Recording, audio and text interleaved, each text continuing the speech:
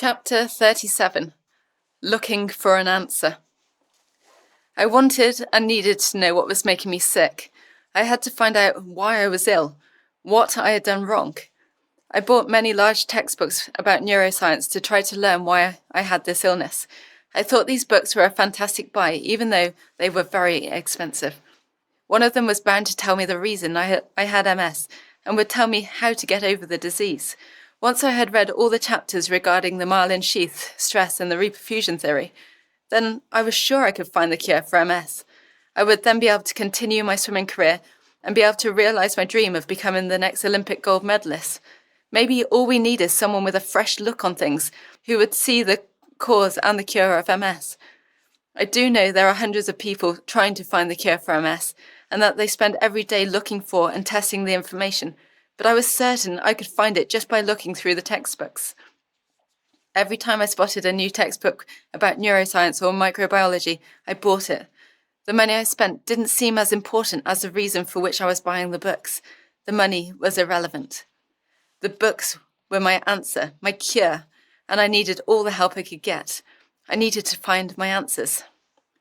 I spent a lot of time questioning a knowledgeable kinesiologist, Neil Harris, about the effects of stress on my brain and my body. I was very interested in the reperfusion theory, which basically discusses the idea of the body bringing oxygen and glucose to areas around the body after the supply has been stopped or slowed down in some ways. I believe that this happens, that the body attacks itself as a normal response by your immune system, when you try to push yourself too hard and therefore overwork your body. The blood supply of MS sufferers is known to carry less glucose and oxygen to their brain and spinal cord, the central nervous system, due to hypoperfusion, the decreased blood flow through an organ. This can cause neurodegeneration, the progressive loss of structure or function of neurons in the body cells, and mitochondrial dysfunction. Mitochondria are organelles found in nearly every body cell and are the main power supply for the body. Adenosine triphosphate, ATP, that is basically our energy. The dysfunction results in cell inactivity, then ultimately cell death. As well as this ongoing process of neurodegeneration, there are events which cause these glucose and oxygen levels to drop even lower, such as an illness, stress, an infection, etc. And when the event is over, the reperfusion cycle, the transfer of glucose and oxygen to specific areas around the body, begins again, which is when we experience an MS attack. So the incident occurs, you have the cold, infection or stress when the oxygen and glucose flow slows down, and then the MS attack happens as a reaction to the lower oxygen and glucose supply. When the increased oxygen and glucose flow becomes available as you get better, you experience the symptoms of the MS attack. This is why a lot of people say they had an infection or cold or earache in my case before the MS symptoms started. I believe the hepatitis A injection I had was my MS trigger. I had never been to the doctors before I got sick with the MS. Why had it suddenly changed? I demanded information about the injection that I had been given before I went to China. I searched in my textbooks and on the internet to get all the information I could about hepatitis A, formaldehyde, which was the stabilizer used in my injection, and aluminium hydroxide, which was the makeup of the injection. I found out all about formaldehyde in particular, as I thought this could be the possible link to MS. Formaldehyde is made up of double bonds to a single hydrogen atom and single oxygen atoms, which are normally O2, two oxygen atoms bonded together. There must be something not quite right here. H2O, hydrogen and oxygen bonded together, makes water, but then H2O2, adding one more oxygen, you get bleach. How violent is that extra or that single oxygen atom? Oxygen is therefore a key factor.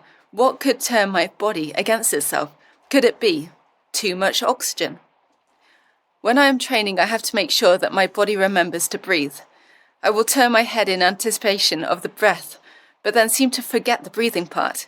It is pretty annoying because then I have to breathe again straight away, which slightly ruins my routine. I therefore had to consciously remember to breathe. I was currently swimming a 2-hour session early in the mornings, as well as working a 40-hour week in a wonderful credit control post, but I still decided that I had to do evening accountancy courses as well to cover myself in things to do so that I didn't have to worry about the future or to realize the pain in my arms and legs. All I needed to do was to pass my exams as quickly as possible, and then, even if I lose my memory eventually, I could have all the qualifications. It's a bit like swimming, really. I used to be the British record holder, so even if I can't swim anymore, I still have that. I am sure that when I am older and more disabled, all I will have to think about is that British record, about being an accountant, and about being the best I could have been. The fact that by then I could have lost it all is pretty irrelevant, because I would still be living in the care of my mother or possibly someone I love if I ever find that someone. I would still be trying to do everything I can. Being happy has always been important in my life, so even if I get very sick or lose my ability to see or speak, I have to stay happy. MS thrives off depression, and every time I am unhappy, the MS shows its ugly face.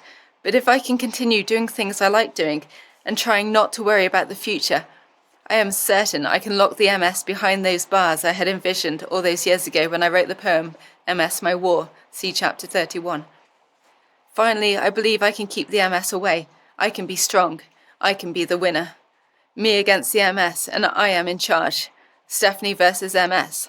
1-0.